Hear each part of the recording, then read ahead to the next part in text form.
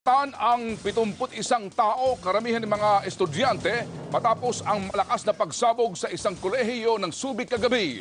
Bote na puno ng pulbura ang sinasabing punot dulo ng naturang pagsabog. Ito'y bahagi daw ng special effects para sa taunang cheer dance competition ng paaralan. Nagpapatrol, Dolan Castro. Abala ang lahat ng mga estudyante ng kolehiyo ng Subic sa pagkatanghal para sa kanilang cheering squad competition alas 7:40 kagabi. Dumating ang mga residente para manood. Sa bidyong ito, kitang-kita na normal naman ang sitwasyon. Lahat nakatutok sa kompetisyon. Kapansin-pansin din naman na habang nagkasayaw ang mga mag-aaral, may mga fireworks din na pinapaputok sa gilid. Pero mas kapansin-pansin dito ang lalaking ito na kinilala sa pangalang Bong na isa sa punong abala sa cheering squad competition. Makailang beses siyang nagpaikot-ikot sa dance floor. Dala umano niya ang isang boteng bahagi raw ng fireworks. Ilang sandali pa, isang malakas na pagsabog ang narinig. Tuloy pa rin ang pagkatanghal, lalo't di na din napansin ng mga mag-aaral ang pagsabog. Halos di rin nila napansing may mga sugat na pala sila. Nakita namin may mga kalat-kalat na laman. Tapos akala namin prutas lang, kuya. Tapos pagtingin namin may balahibo. Yun, natakot namin. Nalapnosan sa braso, sa likuran at sa hita ang mga estudyante mula sa sumabog na paputok. Agad naman silang dinala sa James Gordon Hospital. Si Bong naman na namata ang kaninang paikot-ikot sa dance floor, napuntirya ang kamay at braso. Dito na nga po sa lugar na ito, sa likurang bahagi po ng covered court na ito ng Barangay Asinang Poblasyon, naganap nga po yung malakas na pagsabog. Ayon po sa mga testigo, tangan-tangan ng biktimang lalaki, ito nga pong boteng punong-puno ng pulbra na aksidente namang nandikitan ng katol na may sinde na naging hudyat naman ng malakas na pagsabog. Itinataktak niya sa lupa, uusok yun. Yun ang props nila na pampaganda sa sayaw nila doon. Sumabog yung bote dahil inaabot ng apoy sa loob.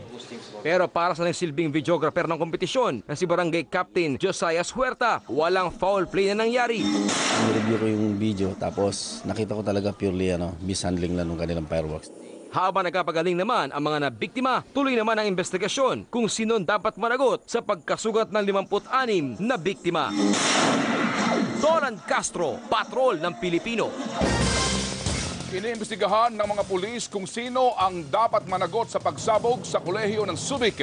Irekomenda ng PNP ang pagbawal sa mga paputok sa mga pampublikong lugar. At live mula sa Subic ng Bales, nagpapatrol si Atom Araulio. Atom? Ted, labis na ikinabigla ng mga guro at estudyante ng kolehiyo ng San Juan ang naganap na pagsabog kagabi sa gitna ng kanilang taunang cheer dance competition. Pagamat iginit ng school administration na aksidente lang lahat, etong PNP ay tinitingnan pa rin kung meron man dapat managot sa naganap na insidente. Kalahating kahon ng paputok ang naipon ng mga pulis sa covered court kung saan idinaos ang cheer dance competition ng mga estudyante kagabi.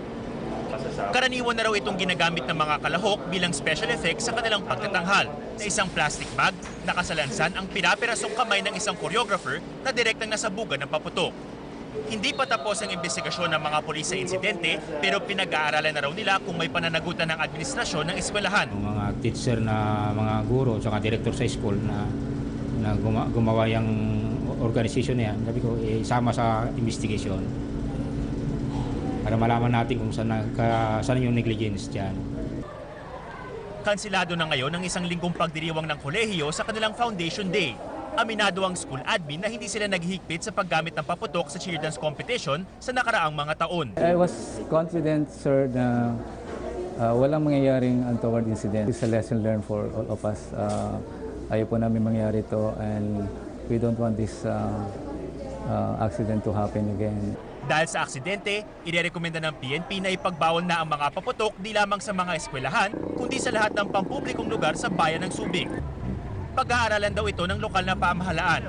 Pero sa ngayon, nakatutok sila sa agarang pagaling ng mga nasugatan. Humihingi din kami ng paumanhin sa nangyari. Wala namang gustong may mangyari yon.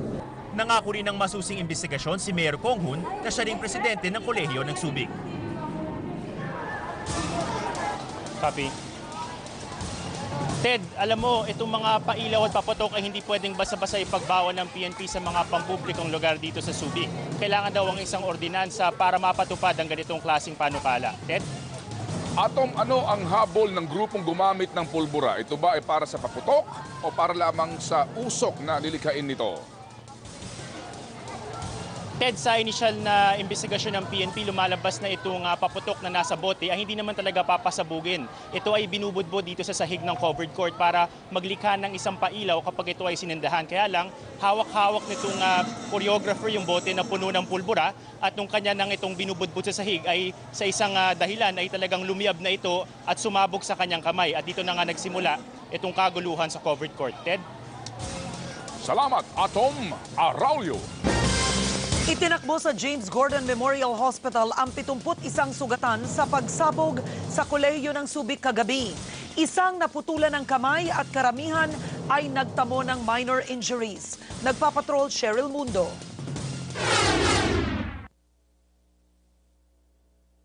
Hindi pa makausap ang 36 na taong gulang na si Ferdinand Telmo. Naputol ang kanyang kanang kamay dahil napuruhan sa pagsabog sa koleyo ng Subic kagabi. Choreographer ng grupo si Ferdinand at bahagi ng palabas nila ang paggamit ng special effects sa dulo ng sayaw. You have no way of reconstructing that destroyed hand. Kwento ng asawang si Yolanda, madalas gumagamit ng special effects si Ferdinand sa mga tinuturuan niya. Kaya hindi raw niya inakala na ganito ang sasapitin ng mister. Nung dumating kami, nagulat siya. Bakit ang dami? Saka gahol lang ng oras, hindi niya na inano. Akala niya ganun na, okay lang. Nung tinaktak niya, ipapuputok na dahil yung music na itatama niya sa saktong pumutok sa kamay niya. Nagulat nga din siya, hindi niya pa nasindihan, pumutok na. Yung buong bote ang pumutok. Nagtamo rin si Ferdinand ng sugat sa tagiliran matapos matalsikan ng glass fragment pero stable naman ang kondisyon nito. Bukod kay Ferdinand, 3 estudyante pa ang nakakonfine sa ospital. Hindi naman mapigilan ni Maylene na mapaluha sa sinapit niya kagabi. Hirap pa siyang magsalita matapos talsikan ng glass fragments ang kanyang leeg at binti. Kwento niya, natakot siya nang makita ang pagsabog at nakita na may dugo ang kanyang binti. Yung kaklase ko po, sabi niya, nagdudugo daw yung leeg ko. Nawakan ko po yung leeg ko, puro dugo na. Pinaupo muna po kami, tapos tinalian po yung leeg ko. Sumirit po kasi. Si Ronalyn naman sa tiyan ang tama. Hanggang ngayon hindi pa halos makabangon dahil kumikirot pa ang sugat niya sa tiyan. Habang si Laida naman ay nasugatan rin sa leeg.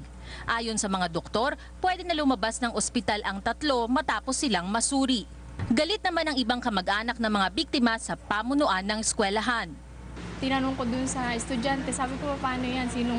Sinong may kargo niyan? Natural lang na reaction na magalit ka. Siyempre, buhay ng tao yung nakasalalay doon eh. Tapos, yung paggamit ng palbura, hindi advisable na gamitin sa public. Umapila rin sila sa mga opisyal ng kolehiyo ng Subic na ipagbawal na ang paggamit ng paputok sa kahit anong programa ng eskwelahan para hindi na maulit ang ganitong insidente. Cheryl Mundo, Patrol ng Pilipino.